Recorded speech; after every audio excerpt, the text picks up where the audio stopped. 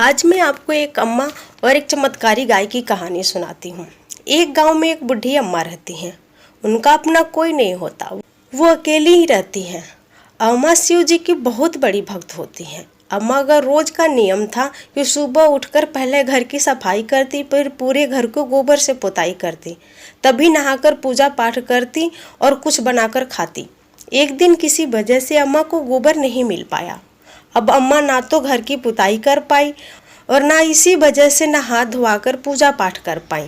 पूरे दिन ऐसे ही भूखी प्यासी रह गई। यह देखकर माता पार्वती को बहुत दुख हुआ। उन्होंने भगवान भोलेनाथ से कहा, प्रभु आप इस बुढ़ी अम्मा के लिए कुछ करते क्यों नहीं है? आज ये सारा दिन भूखी प्यासी रह गई। भोलेनाथ ने एक चमत्कारी गाय अम्मा के घर के दरवाजे पे छोड़ दिया। अम्मा तो उस दिन भूखी ही सो गई थी। जब सुबह उठी तो देखा उनके दरवाजे पर एक गाय है। अम्मा को लगा कि किसी के गाय भटकती हुई यहाँ आ गई होगी।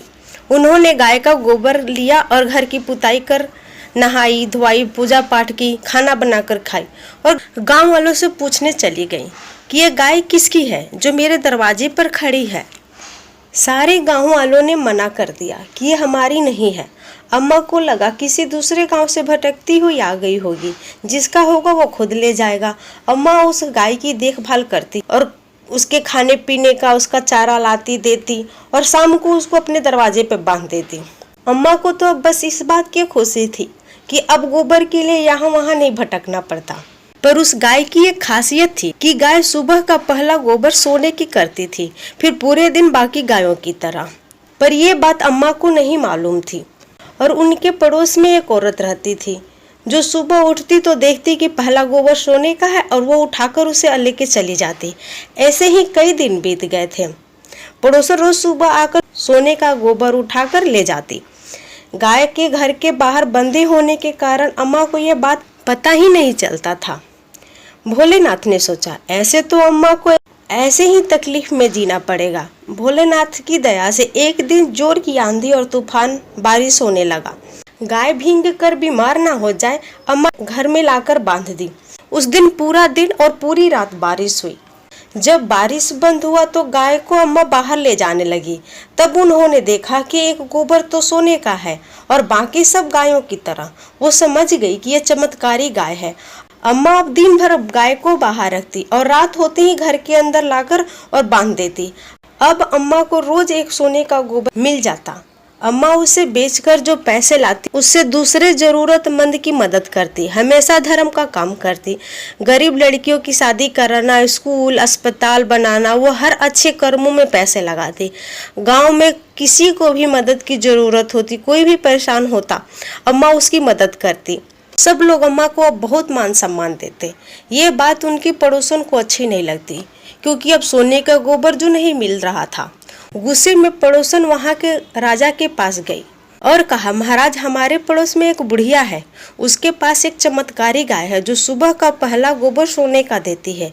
आप यहाँ के राजा हैं, ये गाय तो आपके पास होनी चाहिए थी ताकि आप उससे अपने प्रजा की मदद करते। वो बुढ़िया तो बिल्कुल अकेली है, वो क्या करेगी ऐसी गाय का। राजा को उस औरत की बात अच्छी लगी और सही भी। राजा ने तुरंत ही सैनिकों को बुलाकर कहा, जाओ और उस बूढ़ी अम्मा से वो गाय लेकर के आओ और उसके बदले में उन्हें जो चाहिए वो उन्हें दे देना, और ना माने तो गाय जबरदस्ती ले आना। सैनिक अम्मा के पास गए और राजा की सारी बात बताई। आपको जो चाहिए वो ले लो और गाय राजा साहब को दे दो। पर बूढ़ी अम्मा ने गाय देने से मना कर दिया। कहा, मुझे कुछ नहीं चाहिए, मैं अपना गाय नहीं दूंगी। पर राजा का आदेश था। सैनिक जबरदस्ती गाय को अपने साथ ले गए। राजा ने उस गाय के बांधने के लिए एक बहुत ही सुंदर कमरा बनवाया, जिसमें सोने के खुट्टे और सोने के जंजीरें लगे थे। गाय को कमरे में बांध दिया गया। राजा का आदेश था कि गाय के अच्छे से ख्याल रखा जाए। कई नौकर चाकर गाय की सेवा में लग गए थे। राजा तो बस सुबह का इंतजार कर रहा था कि कब सुबह होए और वो कब सोने का गोबर जाकर लाए। सुबह होते ही राजा गाय के कमरे के पास गया। वहाँ इतनी बदबू थी कि कोई बर्दाश्त नहीं कर पा रहा था। सारे नौकर चाकर नाक बंद करके खड़े थे। राजा ने जब कमरे में जाकर देखा तो पूरा कमरा इंसान की पोटी से भरा हुआ था। गाय ने अपनी पूंछ से पोटी लगाकर सारा दीवार तक गंदा कर दिया था। राजा को यह देखकर बहुत गुस्सा आया और उसने कहा, भगाओ इस गाय को यहाँ से। ये सोने का गोबर तो क्या गायों की तरह गोबर भी नहीं करती है, ये तो इंसानों की तरह पोटी करती है। जल्दी भगाओ। नौकर ने गाय को खोलकर बाहर भगा दिया। गाय वापस बुढ़ी अम्मा के पास आ गई। अम्मा की जिंदगी एक बार फिर से पहले की तरह खुशी खुशी बीतने लगी।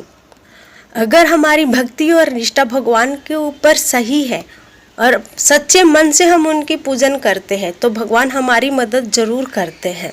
बोलो हर हर महादेव, जय शिव शंभू, जय गुरुदेव।